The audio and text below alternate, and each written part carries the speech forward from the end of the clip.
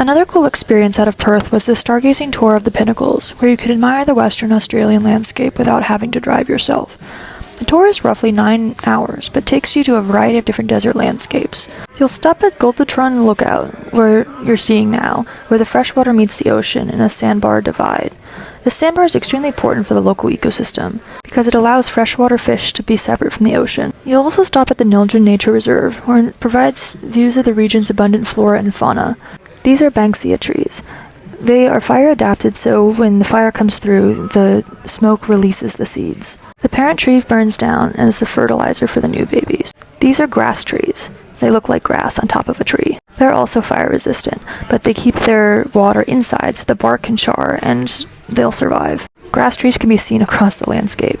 Then you drive to the main attraction, Nambung National Park and the Pinnacles. These pinnacles are made up of shells that date back millions of years to a time when the land was below the sea. This area is best explored at night when the crowds evaporate and thousands of limestone pillars rise eerily from the desert. You can watch as the colors change over the rocks, creating a lunar-like atmosphere. Keep an eye out for wildlife, as many animals in this area are nocturnal and start emerging at dusk. I was able to spot a kangaroo having its breakfast in the bushes. There are also echidnas, one of Australia's 2 egg-laying mammals.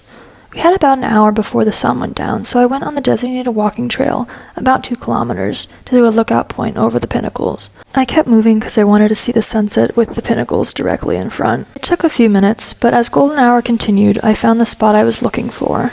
Surprisingly, there were not a lot of people out at this time.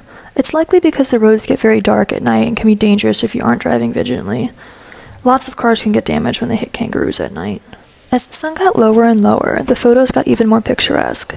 Do be careful to not stay out too long after sunset because the desert does get dark quickly. Finding the path back at night can be quite difficult if you don't know where you're going.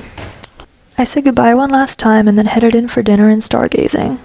It was incredible how much of the universe you could see when the sun went down. I've added a few photos since I didn't have a high-resolution camera, only an iPhone. But if you're trying to take photos of the stars, I'd suggest using the long exposure for 10 seconds, and then editing the brightness to allow the stars to pop through.